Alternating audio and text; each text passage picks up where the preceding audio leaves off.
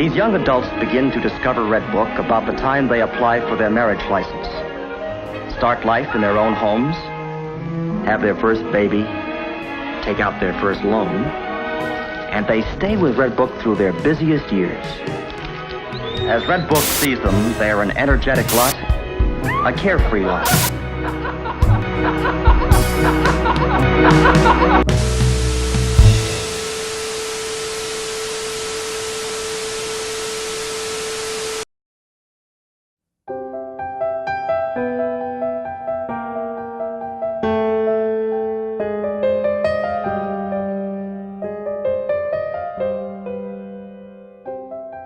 I grew up on the South Hill, and my dad's still in the neighborhood. The house is great coming from Seattle. The space is nice, like the open floor plan. It was interesting to see the previous owners did a big remodel in it, and so it was coming from the original 50s layout to this is pretty interesting.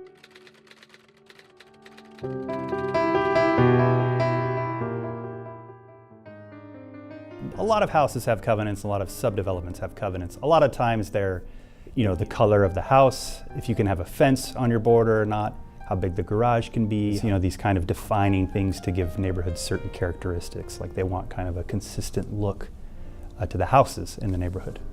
So the covenant on this home had some surprising racist language in it, explicitly forbidding people, basically anyone who's not white, from living here. So it was prefaced to us by the real estate agent, not the explicit language, but just basically there was something in there that's not legally enforceable. So we were reading along, and it's kind of, this is item C of like maybe 8 or 9 of them, and it literally was, this is next to like a thing about garages. So it's sort of in the same general kind of idea as that. It says, no race or nationality other than the white race shall use or occupy any building on any lot, except that this covenant shall not prevent occupancy by domestic servants of a different race or nationality employed by an owner or tenant.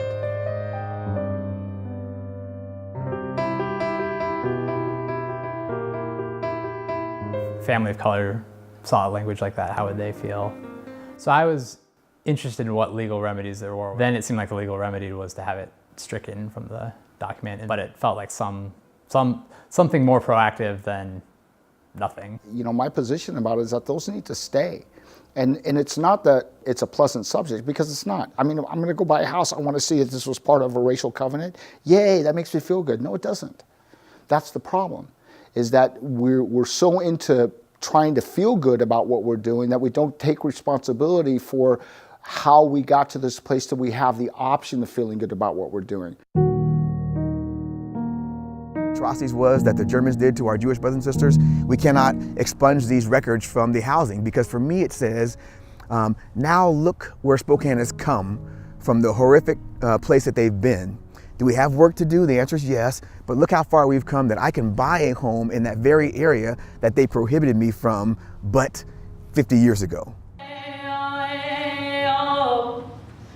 Well, first, before any white people, before any Europeans showed up, this was land that indigenous people had. It was home to the Spokane tribe for generations, for millennia probably. But beyond that, ever since European descendants showed up, ever since white people showed up, black people were here too. Some of the earliest residents of this town were black people, were African Americans.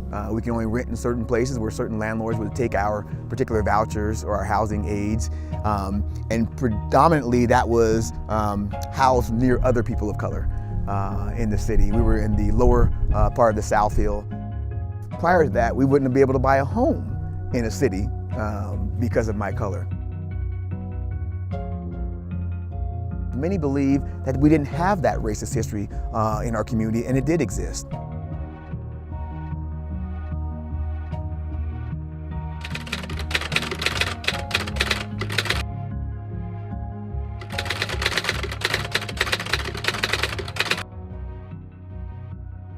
I think they act as a shiner of light upon issues of civil rights or injustice or inequality in our city. So the question comes is, how do we heal this?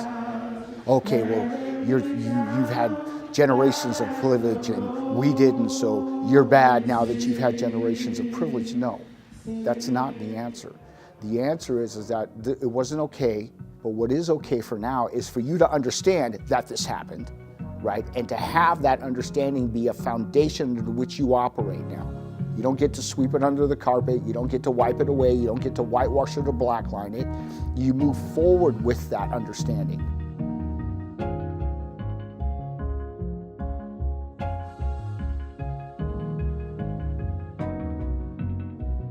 The point is, this place is unique.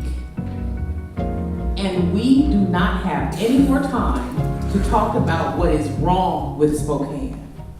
It is time to make things right with Spokane.